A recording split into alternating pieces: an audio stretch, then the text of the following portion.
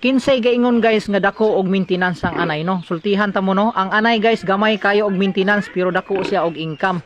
So mao na siya nga ang uban daghan gyud ang ngita og materialis nga pang anay. So mao na siya guys. So kini guys ang taksa na ni tunga ra ni siya og kilo.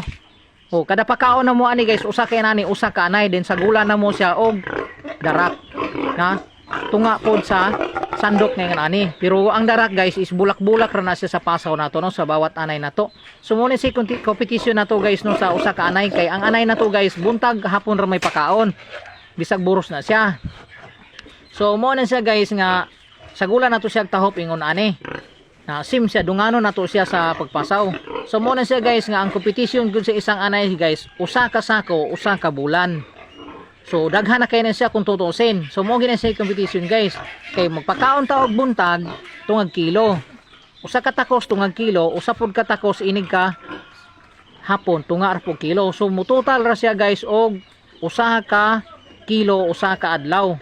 So ang usa ka sako guys di ba 50 kilos. So dili niya mahurot kay ang bulan nato 30 days raman. So mao na siya guys nga kanang 30 days nimo ato na siyang ipahurot tong usa ka sako. So ang imong anay ana dili siya tambok, dili pud siya niwang kay sinukod man nato ang pasaw. So mo na siya no. Inig abot sa imong anay guys og manganak na siya. So imo man gini siyang pagkanon og gabi og udto haron kay kan padidi man na siya. So ang total ra gyud niya ana guys competition niya is usa ka sako, usa ka bulan. Kay sa pagsugod pa lang niya og kaburos dili man na mahurot ng usa ka sako ana niya. Dito naman ka magdagdag inig manganak na siya. So mo na siya nga makahurot yun siya. Mo na siya imong fix. Ang competition raman nato ang kuanon anay nga gamay kay og maintenance ang anay guys. So mo na siya nga nindot siya mag-anay kay ngano ibutang nato ang imong anay nanganak og pulo. So tag 3,500. So 35,000 na siya ang imong income ana. So bawasan nato sa pasaw guys kay ang usa ka sako usa ka bulan. 145 days guys. Ibig sabihin makahurot na siya og upat ka sako plus butang na to butangan kay nagtahop man ta darak butangan na to og 10,000 ang imong competition. Last na mong competition sa amo ang budget yun sa among panganay para dili sa tambok dili niwang 10,000 gid siya. 8 ka sakong page og usa ka sako duha ka sakong tahop. So kay barato man ang tahop. So 10,000. Kanang 10,000 guys tulo ra ka baktin ang moangkon ana. Kanang sobra manganak ang imuhang anay og pulo pataas 15 17 dako kay ka og income sa pag-anay. So mo na siya guys nga kami gyud nag-anay gyud may mo na siya nga kinahanglan jud ka nga pilion ginimo tong materyales nga pang-anay siya. Kay ngano guys naamang goy mga baktin guys naay ang baboy hindi lahat pwede mong anayin. Mayroon kasing baboy nga manganak na siya nga puros laki ang iyang anak. So ang kanang puros laki guys, ang ibig sabihin na ana guys, pangpatining na siya.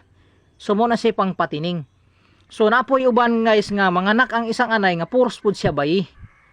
So pag puros bayi na siya guys, kasagaran pud ana siya, ang ihang anak ana ay pang materialis. So mo na siya katulad ani guys sa pulo ka buok baktin guys, aw sa 11 ka buok baktin usaray bayi. So kanang bayi yan guys, mo na siya nindot kayo himuong materialis. Kay tanan niyang igsuon puros laki siya ra ang bayi.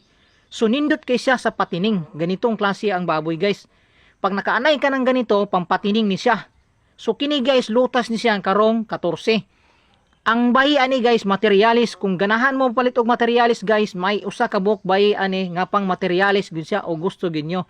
Muna say ako ang tip ninyo nga og magbuhi mo, magpatining mo og mag-anay, kailangan guys mangita gyud ta og quality nga pang-anay o kaya pang patining. Mo na siya guys nga ako gyud mo repair jud ko ninyo nga gusto ninyo pang-anay guys naa gyud ko ikahatag ninyo. Tan-awon man ninyo daan usa nyo paliton so makakita gyud mo nga gwapo kay siya. So kini guys kining pulo ani guys 11 ani naa gyud siya bayi nga usa. So kanang bayi guys napakanindot pang-anayon.